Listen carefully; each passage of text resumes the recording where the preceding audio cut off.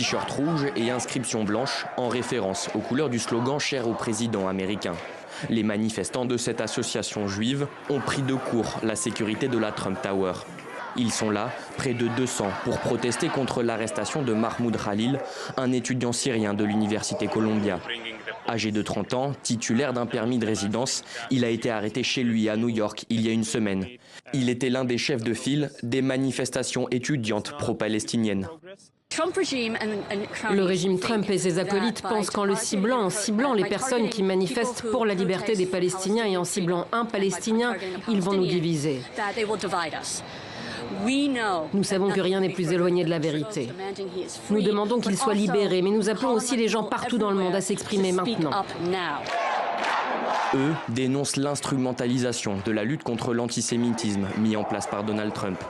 Le milliardaire a récemment pris de nombreuses mesures de rétorsion budgétaire à l'encontre des universités qui ne luttent à son goût pas assez contre les rassemblements pro-palestiniens. Columbia notamment s'est récemment vu supprimer 400 millions de dollars de subventions. Pour les manifestants, le discours du patron de la Maison-Blanche n'est qu'un écran de fumée. L'administration Trump ne s'intéresse pas à la sécurité des Juifs. Ils cooptent l'antisémitisme, comme vous le savez, juste pour obtenir ce qu'ils veulent. Et je ne l'accepterai pas. Cette activiste, actrice et productrice de cinéma reconnue sait qu'elle court un risque en venant manifester. Mais il est temps pour elle aussi de faire preuve de courage.